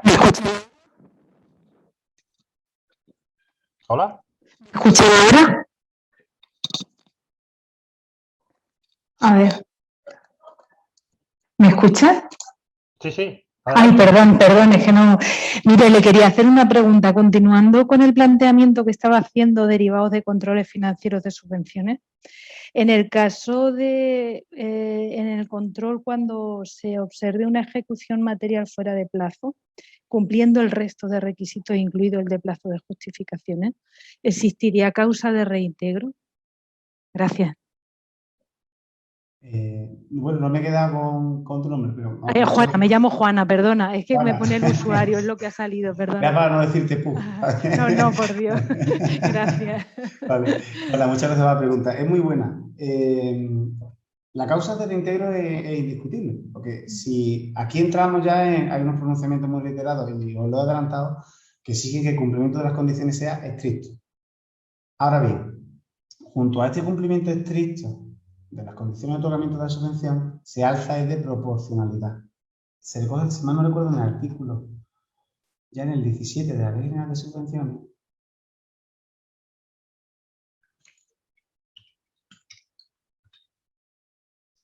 dentro de los criterios de graduación de cumplimiento de las bases reguladoras, establece presente que tiene que reflejarse la proporcionalidad en función de la naturaleza de los incumplimientos y de la incidencia que haya tenido sobre la actividad subvencionada. Generalmente he visto algo parecido. No he visto retrasos en la ejecución, sí he visto, por ejemplo, retrasos en los pagos, actividades formativas. Lo que se viene resolviendo es una adaptación, una reducción proporcional del importe concedido de la subvención y lo que se acordaría, por tanto, un reintegro parcial. Pero a eso se viene respondiendo además porque si hubo una cierta tendencia en la que, por ejemplo, se fijaba un plazo para la ejecución de la obra, se excedía en el mismo en 2 o 3 meses y se concluía que, como las condiciones eran que estuviese finalizada a esa fecha, una conclusión posterior daba lugar al reintegro íntegro de la cantidad. Y sin embargo, ahí sí los tribunales están siendo unánimes y muy reiterados, entendiendo que debe corregir la proporcionalidad del reintegro y entonces tendrá que determinarse qué incidencia ha tenido el retraso y ello dará lugar a un reintegro parcial. Por poner otro ejemplo parecido, que además es muy típico, sobre todo que estéis en el SAT. Aquellos procedimientos en los que se subvencionaba era el alta como autónomo durante un plazo de 12 meses. Pues las propias bases reguladoras además prevén expresamente que si se alcanza al menos el 75% de la duración de la alta exigida, esos 9 meses, lo que tendría lugar a un reintegro parcial. No tendría lugar un reintegro íntegro, aunque estrictamente no se hayan cumplido los 12 meses de alta. Entonces, esa es la tendencia actualmente con este tipo de incumplimiento. Mientras, o cuanto más nos acerquemos a incumplimientos, digamos, formales, defectos en la justificación. Recordemos que los defectos de justificación constituyen una causa de reintegro. Factura no compulsada, justificación fuera de plazo. En fin, mientras más nos acerquemos a este tipo de incumplimientos formales, más estrictamente se aplicará la proporcionalidad y menor será el importe a reintegro.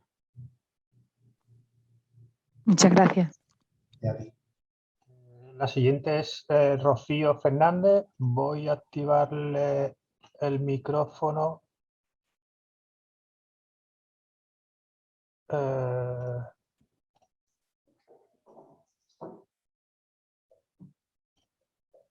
Rocío, cuando quieras. Buenas tardes. Buenas. Hola, buenas tardes. Me ha parecido la sesión muy interesante y además me gustaría hacer una pregunta de un caso concreto que hemos tenido recientemente, hilándolo con lo que ha comentado sobre el tema de los procedimientos de reintegro y las revisiones de oficio. Hemos tenido un expediente donde la subvención preveía un primer pago de un 50% y el segundo pago cuando ya la entidad justificaba la subvención.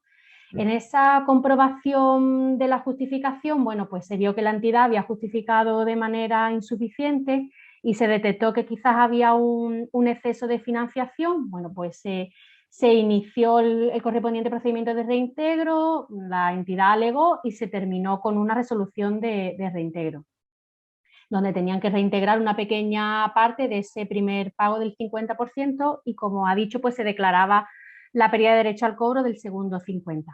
Si bien cuando se tramitó el expediente ante la intervención, detectaron que o ellos interpretaron que como la ejecución del gasto había sido bastante inferior a lo previsto y en las bases reguladoras se preveía como causa de reintegro que si no se alcanzaba un porcentaje X de ejecución era causa de reintegro total, pues ellos interpretan que deberíamos de haber pedido el reintegro total.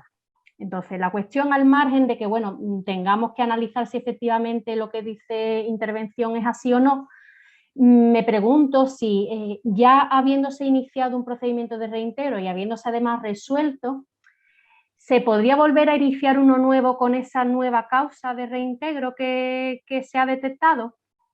Gracias.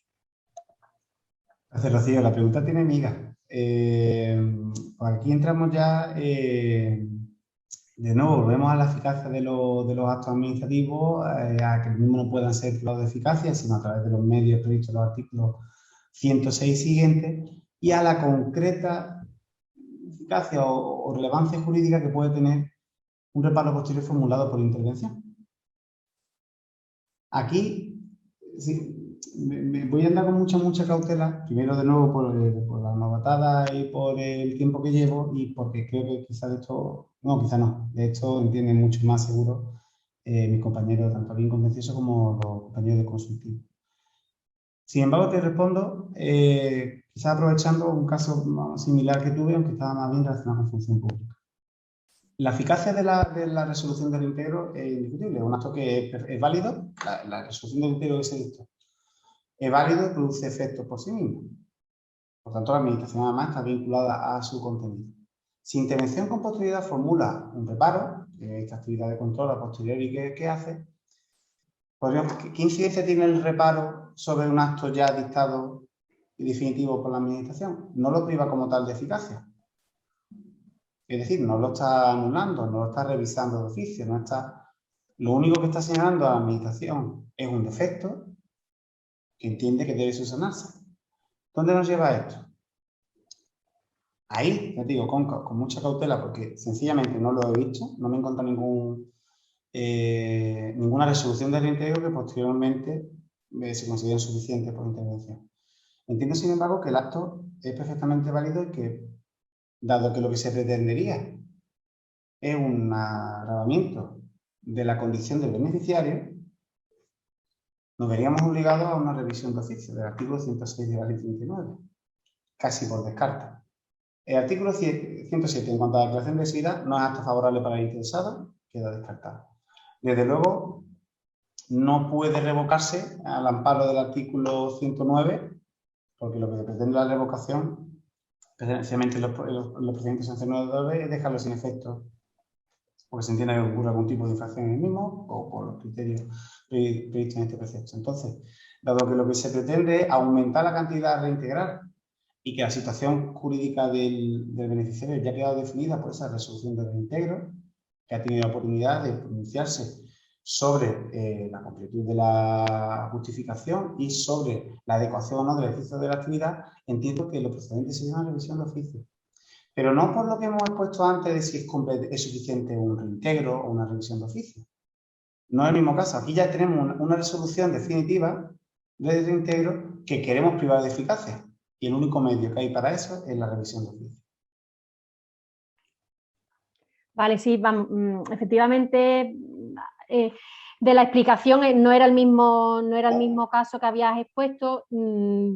Intuía que podía ir por la vía de la revisión de oficio, pero bueno, quería a ver si era posible dejarlo claro, a ver si había alguna otra alternativa que no se nos estuviera ocurriendo. Muchas gracias. Es muy interesante, simplemente aclarando eso para que no haya pie a confusiones con una postura u otra. Ahí ya te digo, como el acto es plenamente válido y eficaz, solo queda, que aprovecho además, que no lo he mencionado antes, como otro argumento para decir que en estos casos es procedente un procedimiento de reintegro y una revisión de oficio, no solo que la Ley General de Subvenciones sea ley especial, en efecto de aplicación preferente a la Ley General, sino que ya el propio artículo 36.5 de la Ley General de Subvenciones establece que no procederá a revisión de oficio del acto de concesión cuando concurra alguna de las causas de reintegro contempladas en el artículo siguiente. Podría, por tanto, ratificar de nuevo que lo procedente es un procedimiento de reintegro. Sí, sí, muchas gracias. Muchas gracias. La siguiente intervención es de Cristina Perea. Voy a darle permisos, solicitar audio. Cristina, cuando quieras. Hola, buenas tardes. Muchas gracias. Ya realmente ha quedado respondida el comentario que yo quería hacer al hilo de, me parece que era la intervención de Ana María cuando hablaba de las inspecciones y que fruto de las inspecciones se pudieran iniciar procedimientos de reintegro por incumplimiento de actividad. Apuntar que, bueno, a nivel de jurisprudencia yo desconozco si existe, pero sí en el curso de la gestión en el sitio donde he trabajado, sí hemos visto sentencias que hablaban de indefensión en la graduación, o sea, por la falta de graduación de los incumplimientos en lo que se refiere a la ejecución del proyecto, el ejercicio de la actividad. Y es que, como ha apuntado después el artículo 17, cuando habla de la graduación de los incumplimientos, igual que los reintegros por causas económicas, pues están perfectamente tasados porque son proporcionales al incumplimiento económico, digamos, que queda declarado tras la revisión de la justificación. El problema de los reintegros por incumplimiento de actividad vienen porque si no se han recogido adecuadamente las bases reguladoras, cuáles son los criterios por los que se gradúan esos incumplimientos. Si tú nos pones unos porcentajes o pones unos hitos muy concretos por los que ser proporcionado, como tú decías, pues tienes después el problema de que se puede argumentar la indefensión por parte del beneficiario y tener toda la razón si no lo has previsto en tus bases reguladoras, ¿no? Simplemente era esa aportación. Gracias. Gracias, Cristina. Y además es que en ese tipo de incumplimientos, tú misma lo adelantabas ya, se plantea un problema muy básico que es cómo gradúo yo eso. Si es una obra y es divisible por unidades, pues mira, sería algo más fácil, ¿no? Si puedes determinar cuántas unidades se han ejecutado, cuántas no, hace una proporción y listo. Si lo que no ha ejecutado, por ejemplo, es un ejemplo un poco más bruto, pero imagina una subvención, por ejemplo, que sea de renovación, esta, por ejemplo, típica que están destinadas a la instalación de nuevas medidas de ahorro energético, de agua, y te establece unas condiciones concretas de cuál ha de ser la finalidad, por ejemplo, de la nueva medida que se va a instalar o de la nueva obra, y luego la ejecutada no se corresponde exactamente con la definida. ¿Cómo gradúa ese incumplimiento? Ahí es cierto que la exigencia de la proporcionalidad es clave.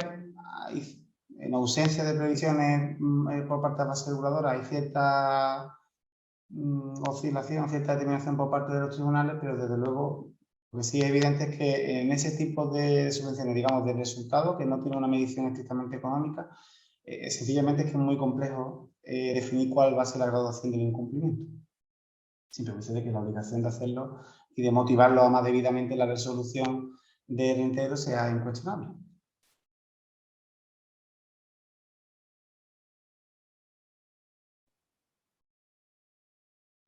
Vale, la siguiente sería Concepción Mateu. Vamos a activarle el micrófono. Concepción, cuando quieras.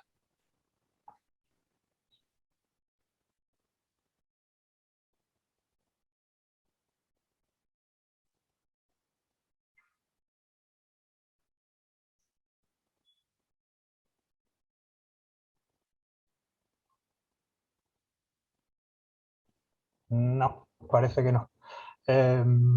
Voy a intentarlo de nuevo con Paco, que ha vuelto a levantar la mano. A ver si...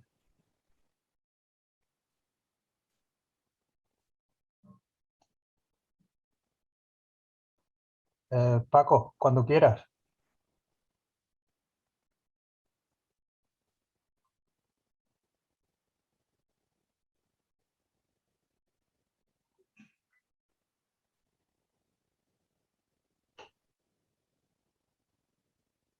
¿Tienes el micro activado? Cuando quieras.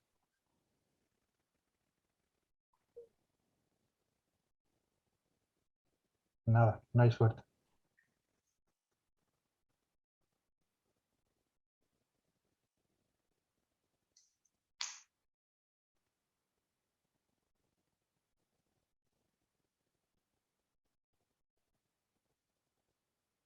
Pues ya parece que no hay más preguntas ni...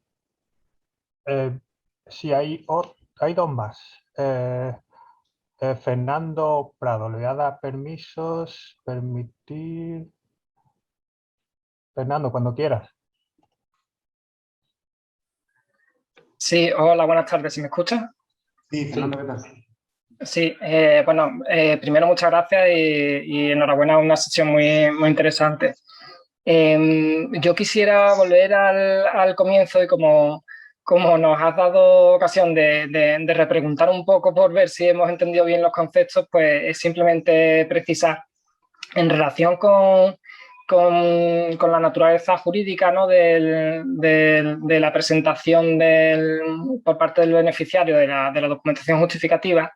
Bueno, ha quedado claro que no se debe entender que se trate de un procedimiento iniciado a solicitud de interesado, pero siempre y en todo caso podrían los beneficiarios acudir a la vía del 29.2 de la Ley de la Jurisdicción Contenciosa y entender que se trata de una no ejecución de actos firmes, con independencia de que luego en el procedimiento contencioso administrativo la administración pueda oponer distintos casos, ¿no? Como nos ha ido comentando, la posible prescripción del derecho al cobro o el inicio de un procedimiento de reintegro mientras se está sustanciando ese proceso contencioso. pero repito, siempre y en todo caso cabe entender como que se ha producido en la actividad de la administración si presentada la justificación, la administración no dicta ese acto de liquidación. Muchas gracias. Gracias, Fernando. No es que siempre, a ver si cómo lo levanto, digamos, no es que siempre que se presente la justificación entendamos que hay una inactividad. Esta, digamos, que está prevista para los casos en los que el beneficiario presenta la justificación, transcurre el plazo previsto prudencialmente por el Supremo o los 6 meses que ya hemos mencionado resultantes de la Ley de Hacienda o lo que establezcan las bases reguladoras, y la administración no formula reparo. En ese caso, sí entiende el Supremo que ya hay obligación de abonarle las cantidades correspondientes. A partir de ese momento, dado que lo que se produciría es una inactividad por parte de la administración, el beneficiario podría en cualquier momento, dentro del plazo de 4 años posteriores, recurrir esa inactividad y obtener el cobro. ¿Qué es lo que ocurre? Podría. Luego tendremos que determinar si concurre o no esta inactividad. ¿Por qué? Y es lo que traía yo a colación los otros casos. Si, por ejemplo, presenta justificación y la administración dicta una liquidación poniendo de manifiesto que concurren alguna causa de reintegro o cualquier defecto de justificación y que va a iniciar un procedimiento de reintegro, la que he mencionado que no es susceptible de recurso separado, ahí ya no hay inejecución de la administración, ni hay incumplimiento, porque ha comprobado la justificación y ha concluido que concurre una causa de reintegro y ha iniciado ya los procedimientos pertinentes. En esos casos yo mencionaba además que directamente no se le conocía el derecho al cobro, sino que una vez iniciadas estas actuaciones, la única posibilidad en realidad que le queda al interesado es recurrir, interponer recursos contenciosos, bueno, protectivos de reposición generalmente, contra la resolución de reintegro. De manera separada podrá intentar recurrir la supuesta inactividad de la administración. Si queda acreditada que ha tenido lugar esta actividad de comprobación y que incluso ha concluido con una resolución de reintegro, ya la jurisprudencia entiende que no podemos hablar de inactividad. La inactividad está prevista para estos casos en los que la administración, que además lo encuentra, requiere una vez y espera 4 años y vuelve a requerir, no está iniciando actividades de comprobación, no está comprobando la documentación, no ha iniciado un procedimiento de reintegro. Si no ha formulado ningún tipo de reparo y el beneficiario presenta la justificación, dentro de ese plazo prudente, tiene que proceder al abono y entonces entiende el Supremo que como esto forma parte, como digamos, de una cierta unidad de actos, se concede la subvención, está sujeta a condiciones, se cumple la condición llevando a cabo la actividad y justificándolo debidamente, como aquí tenemos un acto único, si no procede, el acto ya es plenamente eficaz, ya ha nacido el derecho del beneficiario a obtener el cobro y si no lo llevas a cabo, lo que hay es una inactividad de una actuación. De acuerdo, muchas gracias. Gracias a ti. Tenemos otra intervención, María Pilar Cerrillo.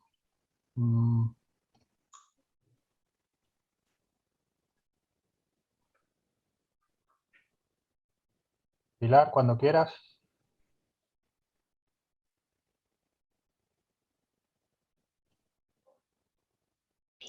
¿Se me oye?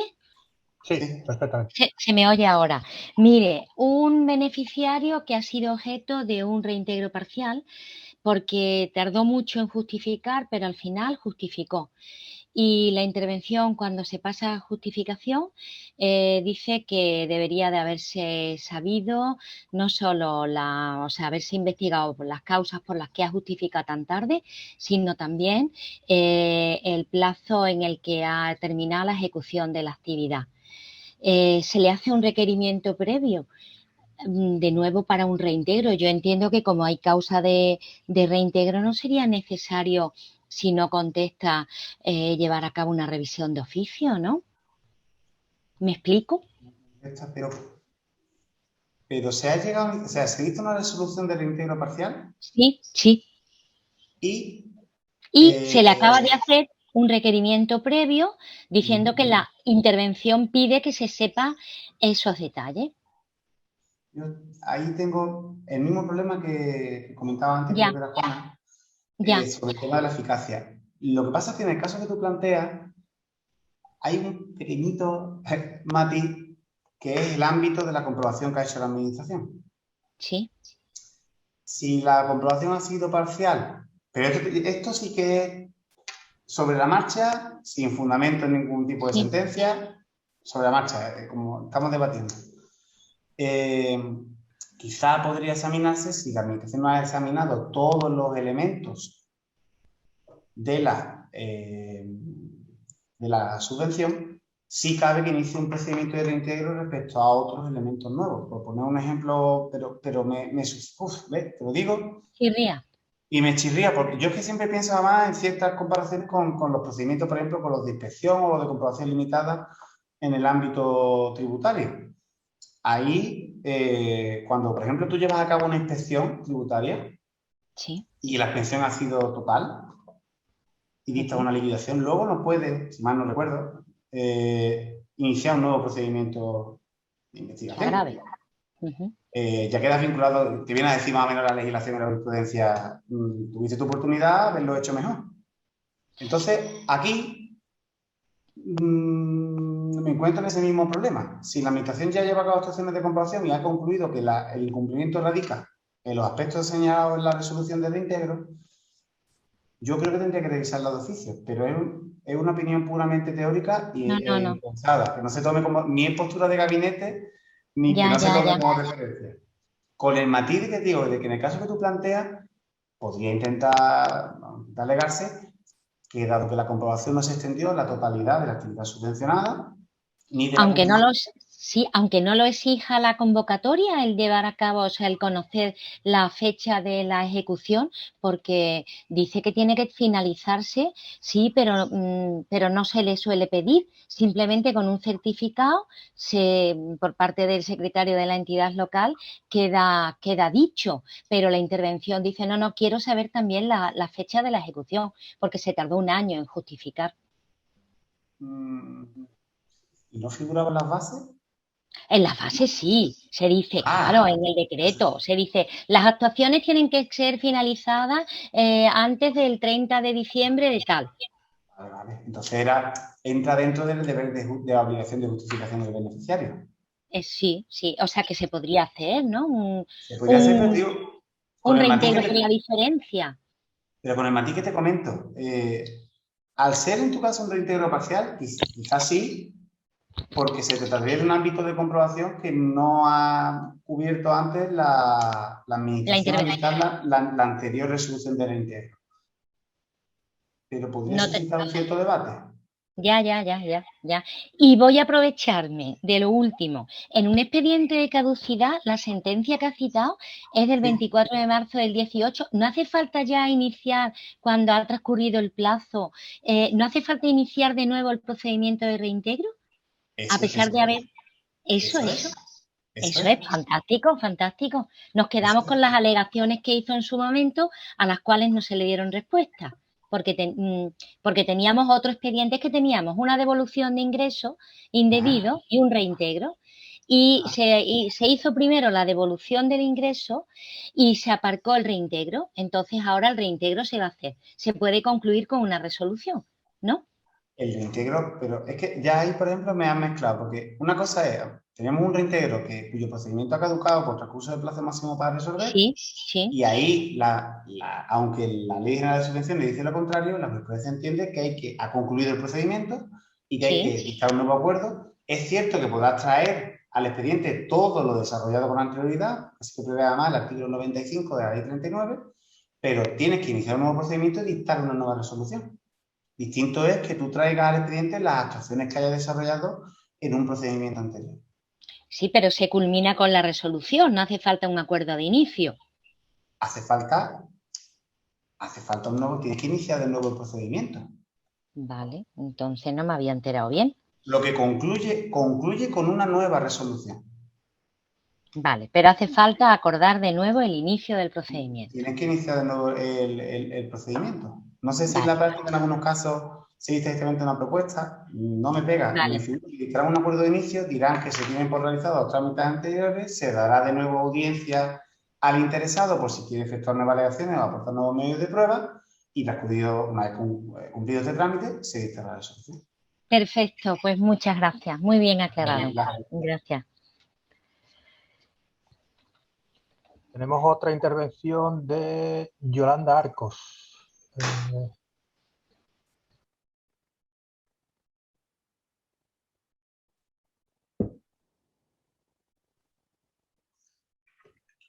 Yolanda, cuando quieras. Un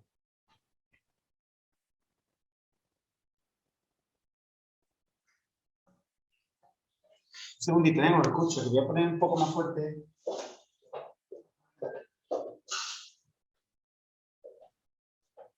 Yolanda, cuando quieras.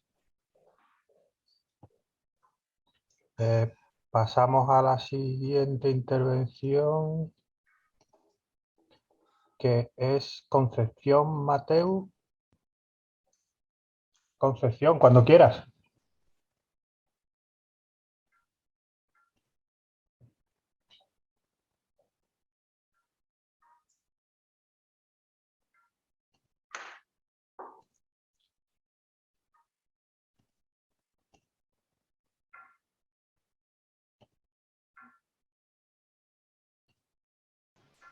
Hola.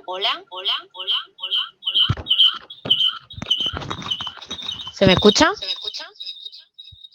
Sí, con eco. Hola, buena. Buena. Es que tengo retorno porque me he tenido que conectar por 2 vías. Disculpa, porque creemos que nos tienen capados los micrófonos en la consejería y estamos por móvil. Yo tengo 3 preguntas. Por un lado, quería saber, había hablado del tema de la vinculación, de si no se puede hacer un contrato con empresas vinculadas y que esto no sería susceptible luego de pago al entender que la vinculación no cumple con los requisitos. Entonces, a ver.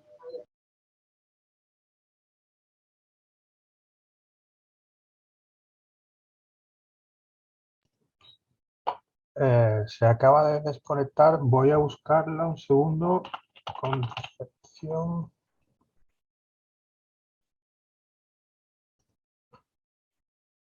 Concepción, ¿me escuchas?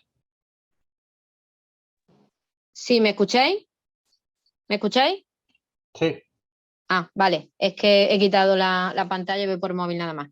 Que estaba preguntando por el tema de la vinculación, que se ha dicho que no sería, digamos, un gasto bien justificado el que existiera un gasto con una empresa vinculada. Si esto debería de figurar necesariamente en las bases reguladoras. O no, porque por ejemplo, claro, como esto es un supuesto que está actualmente en la ley de subvenciones bajo los supuestos de subcontratación, pero nosotros gestionamos subvenciones en los que no tenemos subcontratación. Si esto se interpreta, por ejemplo, en el caso de ejecución de obra civil, como que parte de una obra no puede contratar con una empresa vinculada con el beneficiario, si tenemos base jurídica para denegar, digamos, esta subvención o este pago, si se nos da este supuesto, si eso no está articulado en las bases reguladoras o está previsto. Luego tengo una segunda pregunta. A ver, si quieres, vamos a ir contestando de una en una y así no te pierdo. Vale, perfecto. No es tanto, recuerda que no es tanto que no se pueda contratar con entidades vinculadas, sino que es necesaria la obtención de una autorización. Ciertamente las bases constituyen la ley de concursos, o la ley en este caso sería la norma reguladora del otorgamiento de subvenciones. Sí. Pero ahí entiendo que es una aplicación directa de la propia ley de subvenciones. Pero si la ley de subvenciones, por ejemplo, habla de autorización en materia de subcontratación y en este caso no estamos aplicando la materia de subcontratación, sino un contrato, digamos, por ejemplo, un beneficiario, en este caso una empresa, que contrata con un contratista para la ejecución de una obra. En este caso, claro, no entra dentro del terreno de la subcontratación, pero se le está aplicando ese supuesto. Se aplica, pero digo, por la interpretación que se le da al 29, que se entiende que aunque hable propiamente de subcontratación, se habla siempre que se contraten actividades en el marco de la subvención. Lo que viene a determinar es que generalmente las subvenciones son personalísimas y hay que garantizar, por tanto, que se evite que los beneficiarios sean simplemente intermediarios de subvenciones, siempre y cuando cumpla los requisitos de límite de cantidad y esté debidamente autorizada. Las bases sí he visto yo que a menudo lo que incluyen es una mención de, por ejemplo, un límite al importe por el cual se podrá subcontratar. Y pues no podrá acceder el precio de medio de mercado. Eso sí viene definido en la base, pero la limitación, la necesidad de obtención de autorización administrativa deriva directamente del propio artículo 29. Vale. Luego la segunda pregunta era en relación con el acto de liquidación de una subvención, que creo entender que has comentado que no era susceptible de recurso. Nosotros cuando se resuelve, digamos, esta liquidación lo hacemos mediante un acto de resolución, porque normalmente resolvemos por minoración la subvención concedida, determinando cuál es el importe definitivo y unos descuentos que corresponden, pues, aparte de la inversión que entendemos que no ha sido efectivamente o debidamente justificada. En este caso, le estamos dando pie de recurso para que pueda alegar el interesado lo que considere. No sé si lo he entendido bien, que no sea susceptible de recurso o... No sé, pero es normal que, que se dé pie de recurso. De hecho, la sentencia que os he citado, en la de, lo digo para no hablar de memoria, en la del Tribunal Superior de Justicia 19 de abril de 2022, si mal no recuerdo, también la resolución también tenía pie de recurso y creo que será determinante, por ejemplo, para la no imposición de costes. Pero esto es simplemente que la interpretación de los tribunales viene a concluir que es un acto de trámite no cualificado. Vale. Me figuro que a medida que se vaya unificando y asentando definitivamente esta doctrina, aunque creo que con la sentencia del Supremo ya es indiscutible, pues se eliminará ese pie de recurso. Vale.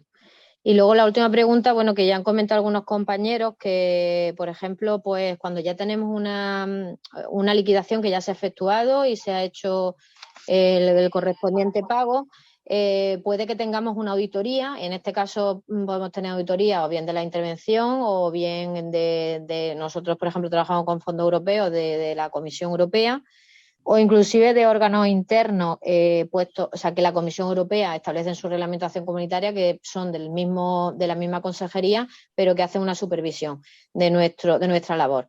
Tras esa auditoría, instan al órgano concedente, a nosotros, a iniciar un procedimiento de reintegro que ellos consideran que debe realizarse. Entonces, ¿hasta qué punto, digamos, esto es una obligación? Porque en el caso de la intervención está claro por la propia ley de subvenciones, pero de otras instancias que sea una obligación por parte del órgano concedente, y si esto supone una revisión de oficio y qué garantías tiene para el interesado. Muchas veces nos vemos en esa tesitura en el inicio de este tipo de procedimientos a instancia de otras partes. Ya me estás hablando, no estamos hablando de que se haya dictado una resolución de reintegro y luego, a raíz de la actuación a tratarse de fondos europeos, se vea obligado a dictar uno nuevo, sino que directamente, por ese control de la Comisión Europea, se vea abocada a la Administración a iniciar un procedimiento de reintegro, ¿no? Correcto, correcto. En ese caso, a falta de comprobar, eso sí, la regulación de la normativa europea, que ya sabe que habría que mirar específicamente la regulación del fondo de que se trate, el tipo de control. Sí te digo que no habría impedimento. Te digo en abstracto, pero incluso con la propia ley 39. Sería, por decirlo literal, una iniciación de oficio de un procedimiento administrativo por órgano superior, digamos. No sería órgano superior, ¿vale? Sino sería por órgano competente. Por buscar un encuadre, ¿eh? Que no... Sí. O a petición razonada a otros órganos, 60 o 61. Ahí ya habría que ver qué configuración se le da en la regulación europea. Pero lo determinante es que se inicia un procedimiento de reintegro y las garantías del interesado, al igual que cuando, por ejemplo, deriva de un reparo de intervención, las garantías del interesado se entienden cumplidas con su intervención y participación en el procedimiento y con las posibilidades de recurso contra la resolución que se dicte. Pero que se iniciaría, digamos, un proceso de revisión de oficio a instancias, digamos, de un órgano superior en este caso. Bueno, no de revisión de oficio, de reintegro.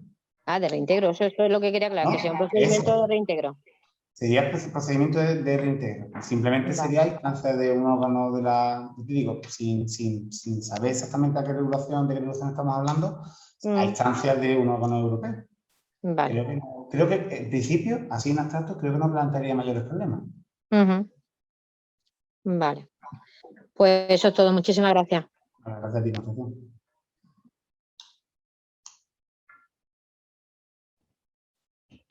No parece que haya más preguntas. Nada más nos hemos excedido en 20 minutos. Un poquillo. Si te parece, cortamos aquí. Si no tienes... Sí, Perfecto, no, únicamente vamos, agradecer de nuevo la posibilidad de la participación, a los oyentes y a las participaciones además y las preguntas que han sido muy interesantes.